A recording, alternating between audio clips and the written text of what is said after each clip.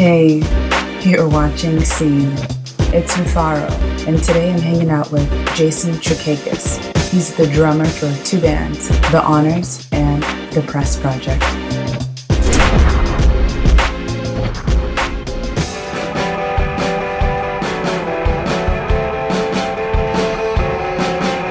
The Honors is more like indie rock, garage rock, high energy, as opposed to The Press Project, which is it's a hip-hop band.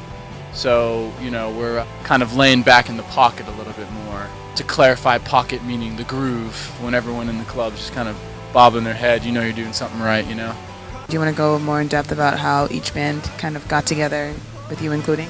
Yeah, actually, I was still at UNH, University of New Hampshire. I think I was a senior when the Press Project started.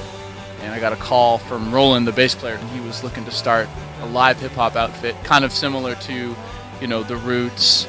Began as a result of him and I having played together in jam sessions, and together our friend Jim Dozette, who played guitars, Chris Claxton, who plays a little bit of keys, and then our three MCs, Pat, Cap, and Alex. And The Honors? The Honors is my current project. I used to go to school or studied abroad for like 6 months in London, England, and I met our guitarist and vocalist Brandon Heisler. Get how cool this is, okay? There was a pub in the school, and sometimes they even had classes in the pubs. That's f***ing awesome. So you could be like, I'm gonna study some Shakespeare and drink a Guinness. It was amazing. Or 6 Guinness, 6 Guinness in, you just seem to learn more about Shakespeare. So him and I used to get together, and down the hall from the pub was like a jam spot. There was a set of drums and some crappy old guitars. Just kind of hit it off musically right away. A couple years later, I received a phone call. We had been in communication. He's like, I'm coming to Boston. I've graduated from school. Let's do this. And we got together and started writing songs. And I pulled in Roland from the Press Project, and Andrew, the guitar player. Band, that's how The Honors more or less formed. Good question.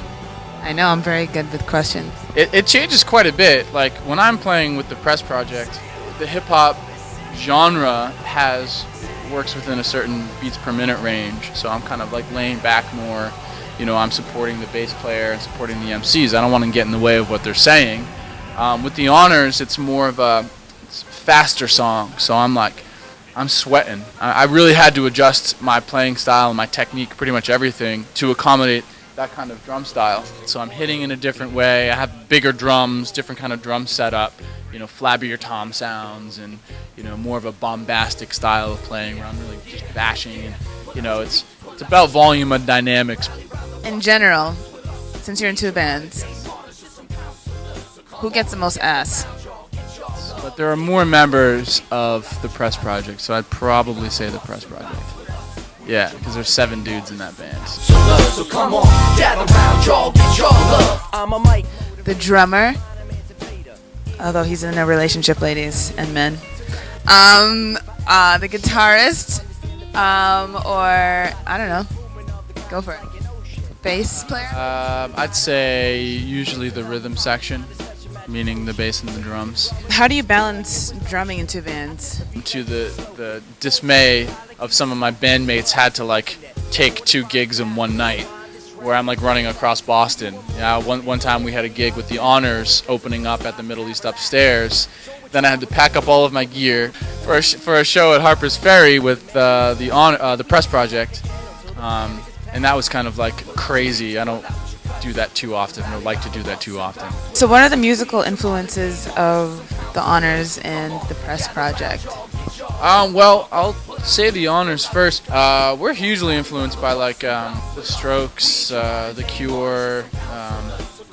Cut Copy is awesome. We had their album playing on tour. The Smiths are a huge influence. As far as the Press Project is concerned, Jay Dilla all the way has had a huge influence on us.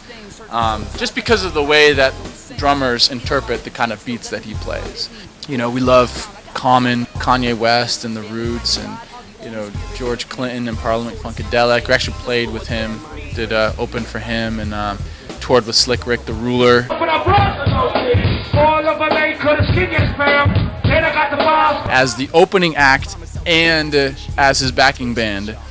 So that was the coolest thing in the world, and kind of like really acted to solidify, you know, playing music and how cool, you know, being in a band can be. Whenever I'm staring at Slick Rick's back and, you know, there's a crowd of 1,000 people out there getting down la-di-da-di, we likes to party, and I'm just like, what am I doing here right now? I'd say both bands. The writing process comes from the beat, the groove.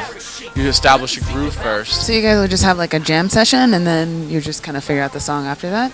Yeah, well, especially with the press project, since a lot of our material was improvised, we'd record a live set and be like, wow, that was a cool 30 seconds, and then write a song kind of based on that. Whereas the Honors, it's more, a lot of the songwriting comes from Brandon, so he'll like demo an idea and have a lot of the idea kind of already completed, and then we kind of chip in our 2 cents once we're all together. Musically, how's the Honors grown since the first album called Ghosts to the second album called Wasted Palaces? In fact, Wasted Palaces was just a combination of the best songs, or what we thought were the best songs, off of Ghosts and some of our new material. I think we finally nailed our sound, and I think we kind of struggled with an identity crisis because being the diverse musicians that we are, we're not really restricted to, oh, I can only play this certain style of music. I think we've kind of figured out a general kind of sound for this new album, which we're really excited about, and will be technically our first real album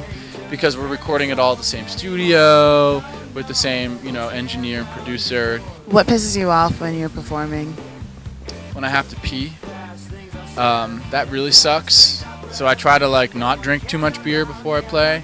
I'm kind of a hard ass actually, and anyone that plays with me will know I'm a hard ass when it comes to playing in a band, and I expect perfection from all my band members, and I'm known to give dirty looks and yell. Since you're a drummer, do you have any drummers out there that are huge influences on you? Oh, hell yeah. I was waiting for that question. Take that question back. I guess off the top of my head, I love Thomas Pridgeon, who I guess was playing with Mars Volta and is no longer. He's the man. Chris Daddy Dave is a huge influence on my like hip-hop R&B playing. When I was a kid, I started playing the drums because of my interest in the Mahavishnu Orchestra, and Billy Cobham is their drummer. What's on heavy rotation on your iPod? Beach House, Teen Dream, their new album is awesome. The song Norway is super cool. You guys have something called the Fake Titty Bus. Why don't we let everybody know what that is? Fake Titty, it's our little tour bus. 15-passenger Ford E350 supercharged, whatever it is. It's awesome, and we call it Fake Titty because it's too big to be real. She's the type of chick that a musician likes to talk to after a gig because she's got big fake tits, or just one tit. It's weird. It's like Total Recall, but with one boob. Does she ride well? Oh, she rides really well. She's well lubricated. We change her oil every 4,000 miles. That sounds like a good bus. Very reliable, too. Thank you.